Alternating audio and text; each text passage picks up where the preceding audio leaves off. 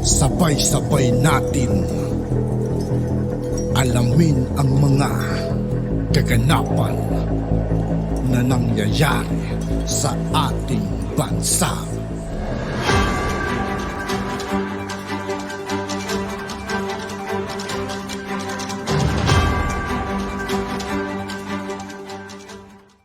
Yo, what's up mga kaibigan? This is I2K po again.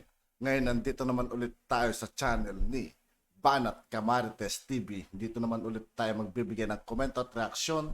Kaya samahan nyo ako guys. Let's go!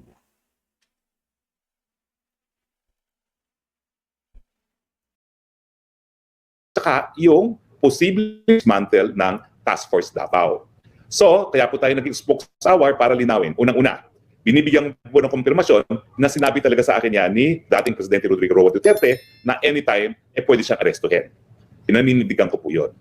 Pero nung tinanong ko siya, saan mo nakuha yung impormasyon na yan? Dahil nasa telepono lang kami nag-uusap, ang sabi niya, ay, hindi ko pwede sabihin dahil nasa telepono tayo. Okay? Pero siguro naman, naniniwala kayo dahil siya yung dating Presidente, ang dami niyang sources of intel. No? So ako, hindi ako nagdududa kapag nanggaling sa bibig mismo ni dating Presidente na may banta na siya arestuhin. Ngayon, kaya naman ako nagsuspox-hour ngayon kasi baka isipin daw ng taong bayan, ito yung sa pananaw ni PRRD, na takot siya doon sa warrant of arrest. Hindi po. Ang sabi niya, kung ang warrant of arrest ay galing sa International Criminal Court, haharapin ko sila, pero hindi ako magpapahuli ng buhay. 80 years old na ako, okay na ako.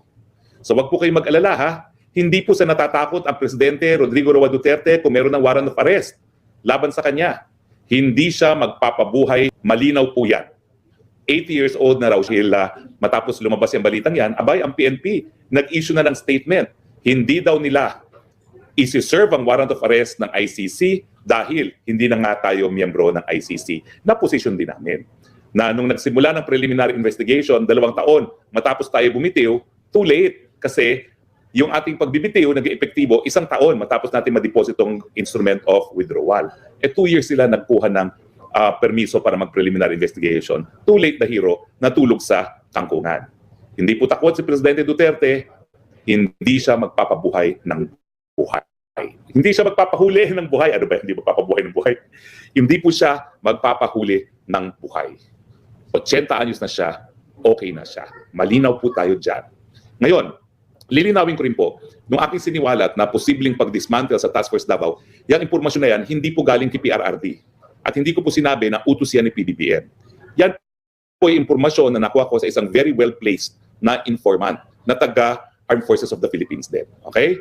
So, nag-issue po ng statement, hindi lang statement, ng video ang Chief of Staff, si General Browner, at saka yung tagapagsalita ng Armed Forces of the Philippines na wala raw katotohanan yan. Well, nagagalak naman po ako na walang katotohanan yan.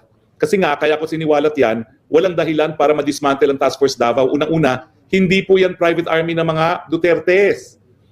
Ang Task Force Davao po ay isa sa pinaka-epektibong paraan para makontra ang mga terorista at iba pang security threat, hindi lang sa Davao, kundi sa buong Mindanao. So kung i-abolish yan dahil nga sa politika, dahil ang tingin nila, private army yan ni Presidente Duterte, ang magsasuffer po, ang magdurusa, ang mga taga Mindanao. Makokompromiso po yung kapayapaan sa Mindanao. Mantakin niyo po ha, napakatahimik ng Davao. And yet, katabi niyan, ang BARM, ang Maguindanao. Nasa gitna po yan ng talagang magugulong mga probinsya. At Task Force Davao talaga ang nagpanatili ng kapayapaan. Hindi lang po sa syudad ng Davao o sa Davao Region, kundi sa buong Mindanao. So, maraming salamat, General Browner. Maraming salamat sa spokesperson dahil yan po ang ating intensyon na linabas natin yung impormasyon na yan. Hindi po dapat matuloy ang pagdidismantle ng Task Force Davao. Hindi po yan private army ng mga Duterte. Yan po ay para sa seguridad ng mga taga Davao at taga Mindanao.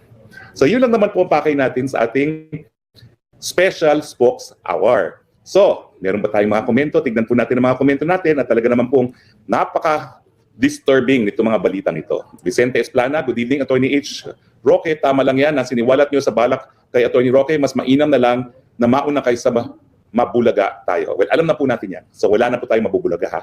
Salamat po sa mga kapulisan na nagsabing di nila isuserve ang warrant of arrest ha. Pero meron pa pong mga po pwede mag-serve ng warrant of arrest. NBI, hukbong sa datahan ng Pilipinas. Okay? Kim Yu, di matakot si Tatay Digong, kasama mo po ang taong bayan. Yun nga po. Yan ang naging leksyon ng siniwalat ko yan. Grabe ang naging pag-alala at pati paggalit ng taong bayan. Recudems. Good evening, Attorney Harry. Naniniwala po ako sa inyo, Attorney. Ang magagawa ko po, ipagdasal na maintim si Tatay Digong. Mahal po namin siya, kaming mga OFW. Salamat po, Recu. Aba, miski hindi tayo regular hours, maraming mga nagkokomento. Bahar Angela, Spokes, narinig ko na interview si PRD, ang isang media man sa Davao kay Randy, at di nga siya takot at ayaw niya magpahuli ng buhay. Nabanggit niya yung Task Force Davao ni PRD. Opo. Kaya po hindi ako nagsalita kagabi kasi may nagsabi sa akin na mag-issue ng statement sa PRD. Tapos kanina umaga, hindi raw natuloy, magsalita na ako. So nag-issue po ako ng statement. Pero dahil napaka-toxic po ng araw nito, ngayon ako nakapag-Spokes Hour. Bahar Angela, Spokes, narinig, ayun, tapos na po yan, nabasa ko na si Bahar. Okay? Arnold Gabriel, Attorney, may sistema ba iyong panawagan para mabilis ang pagresponda kay Tatay Digo? Kung siya ay arestuin na, baka tayo mahuli. Okay, mag-alala, habang nandiyan ang internet. Kung kinakailangan ng tulong, magtatawag po tayo ng tulong. Kung kinakailangan ng tulong. Dahil wala pong jurisdiction ng ICC, illegal po ang pag-arrest sa kanya kung yan ay ipatutupad. Mariah Carey, ang sabi niyo po ay tumawag sa inyo si PRD. Opo, tumawag po sa telepono yan. Justin Acosta, hi. Attorney Harry, pa-shoutout naman yung kasama ko na nanonood, si Ice Wallow Cam. Hello, Ice Wallow Cam. Okay? Uncle Lau, asa ng mga Pinklawan at NPA na laging nagwewelga, na labing nagwewelga? Bayad na ba sila ng PCSO? Kung nga po nakapagtataka, pati sa pirma, tahimik na tahimik ang mga Pinklawan. Ang duda ng marami, at may posibilidad din po dahil meron kamag-anak incorporated sa loob ng administrasyon, parang nagsanib puwersa na. Diba? Kaya tignan nyo sa korte, pati mga sa korte sa Kongreso, pati yung mga kaliwa, nagsanib puwersa na sila. Ignis Minokawa, tuwang-tuwa, maute kapag nadisband ang Task Force Davao. Totoo po yan, totoo po yan. Pero sabi naman ng ubong sa datahan, hindi rin nila gagawin. Gaming, Attorney, ano masasabi mo na may right daw ang mag-revoke ang Kongreso sa franchise ng SMNI? Totoo po yan, pero kinakailangan bumotong Senado. Buboto bang Senado kasama ang Kongreso? I doubt it. Lalo na ngayon, binubuwag ng Kongreso ang Senado. Kayo naman. Raquel Ramo, ingatan mo si Tatay Digo, Attorney. Balik ka na naman ang droga at krimen. Ano ba naman ito, Attorney? Talaga nga po nakakalungkot, no? Kayo po nagsasabi niyan. Okay? Panfilo Ibarra, tamaan sila ng kulog at kidlat. Hindi papayag ang sambayan ng Pilipino, dadanak ang dugo. Huwag sana mangyari uli ang ginawa kay Ninoy, kaya nagkagulo. But talaga pong pag in-enforce nila yung warrant of arrest sa ICC na illegal, magkakagulo po talaga, sinasabi ko na. Yan po ay hindi prediction, hindi po yan galing sa crystal ball. Yan po talaga ay alam na natin. MAC, I think Spokes, they're just testing the waters kung papalag ang mga taga-suporta ni PRRD. Well, nakita nila po nila. Talagang grabe yung naging response ng mga loyalists ni Tatay Digo. Okay? Quintos Tagok, hindi dapat sumama si FPRD sa mga aresto kahit ano ang mangyari. Well, yan po sabi niya, hindi siya magpapahuli ng buhay. Yan si Jillian Caper, Attorney, pati ba sa SOCMED, kayo nilang pahintuin ang SMNI? Ay nako, pwede po. Pwede po, nagawa po nila yan. Yung 1 million followers na YouTube na patanggal nila kasi yung mga pulahan sumusulat sabay-sabay doon sa YouTube. Kaya tayo, maingat din po tayo ha, dahil talagang pwede tayong targetin din. Yan si Jillian Caper, narinig ko kasi kanina pati sa social media, mukhang gusto nilang ipaban ang SMNI. Totoo po yan, talagang susupilin nila ang SMNI.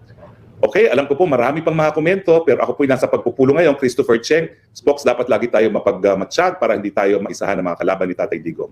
Jojo Cheng from Dubai. So ako po nasa gitna ng mga pagpupulong, no? Super toxic po itong araw nito. Isa sa pinaka-toxic na araw ko, no? Pero kinakailangan gawin po ito para sa inyong kalaman at para po to set the record straight. Okay? Dahil maraming mga tanong-tanong, ugong-ugong, fake news daw. Well, wala po ako sinasabing fake news. Pati po yung mga ugong-ugong tungkol sa Task Force Davao, kung wala po akong credible source, at abogado naman po ako, alam po kung sino mga credible sources, hindi ko po yan i-broadcast. No? At sa tingin ko naman, yung denial ng Task Force Davao, yung denial ng buong sa datahan ay abolish.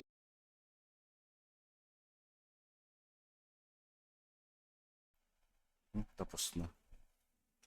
At yun nga po mga kaibigan, dito po nagtatapos ang ating reaction video. Muli ako po si I2K ng Sundalo ng Dunggalo. Maraming salamat sa patuloy na pagsuporta. Yeah, peace out.